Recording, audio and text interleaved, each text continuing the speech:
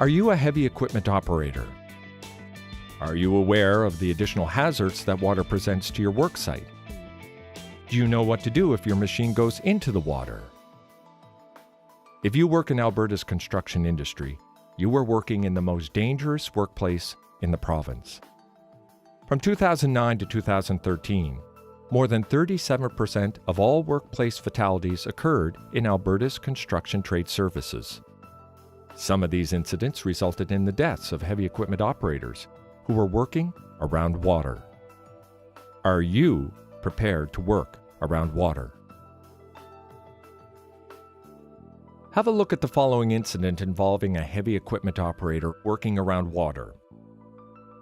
Put yourself in the driver's seat. What would you do? Case incident: unidentified sump holes.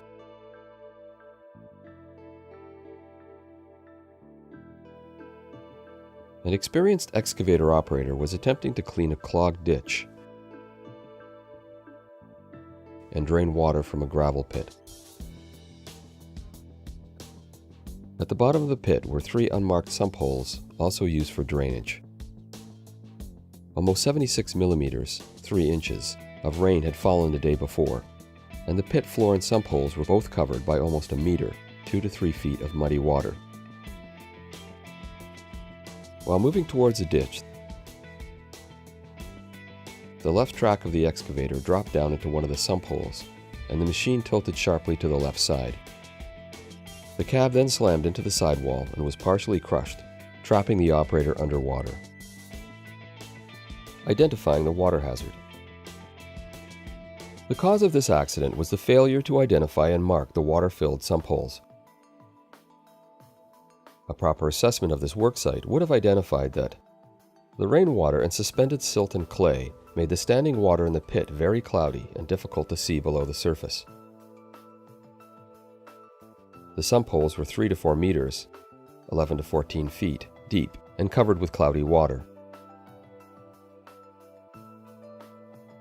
And there were no protective barriers or warning signs installed around the sump holes to warn the operator of a potential water hazard.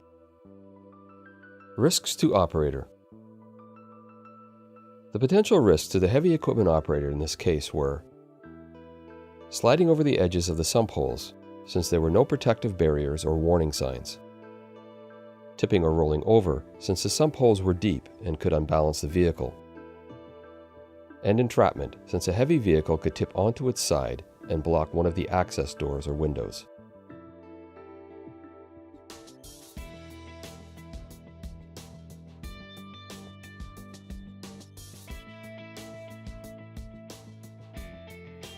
What kind of controls could have been put in place to make the worksite safer for the excavator operator?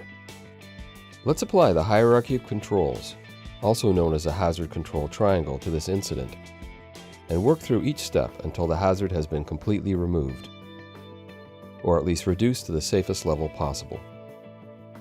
Elimination. The water hazard at the gravel pit could be eliminated by building more drainage ditches to redirect the water away from the pit.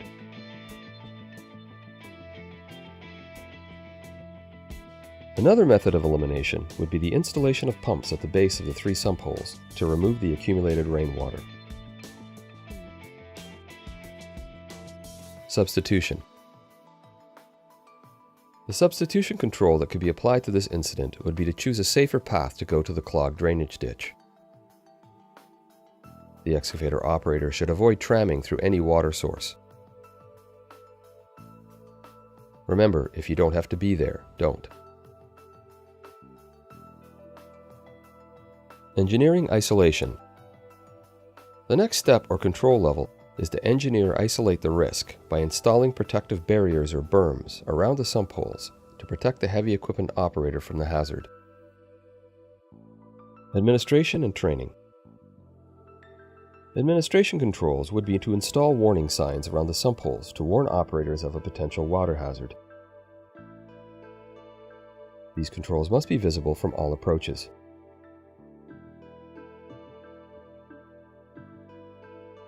Heavy rainfall can rapidly change water levels even with pumps installed.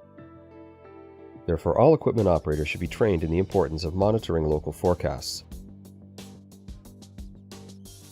If water levels rise to unsafe levels, no equipment should be operated in the pit unless authorized by a site supervisor or competent person. Personal protective equipment. Additional personal protective equipment specific to water hazards, including glass break hammer, personal flotation devices, and breathing apparatus, should be available for use by operators when working in direct contact with water. To further reduce risk, all operators should practice emergency escape drills. Since this worksite is a primary water hazard, where the heavy equipment operator would be in direct contact with water.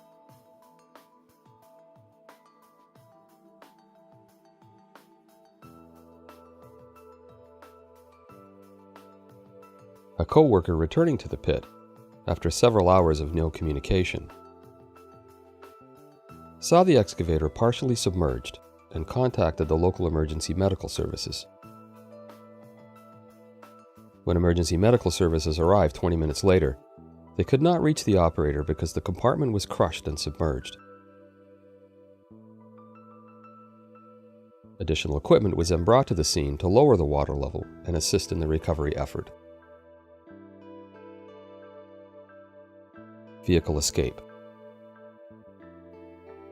The heavy equipment operator was unable to escape from the vehicle because the vehicle tipped onto its left side and the cab was crushed by the impact and submerged in water. Although one side of the cab was partially crushed, the other opening was not used as an emergency exit. And the heavy equipment operator was not equipped with any underwater breathing equipment or an inflatable vest to increase chances of survival.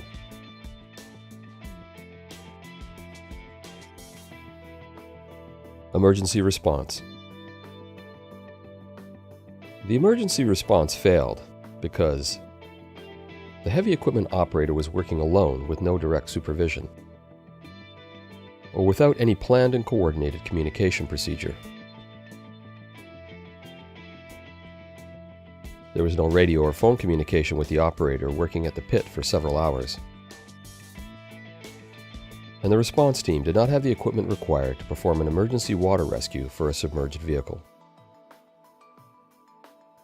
A more effective emergency response plan could have greatly reduced the response time and likely increased the operator's chances of survival. Are you aware of the water hazards at your worksite? Do you know what to do if your machine goes into the water? Want to learn more? If you're interested in additional training, contact Corporate Training at Keyano College by email at corporate@keyano.ca or by telephone at 780-792-5634.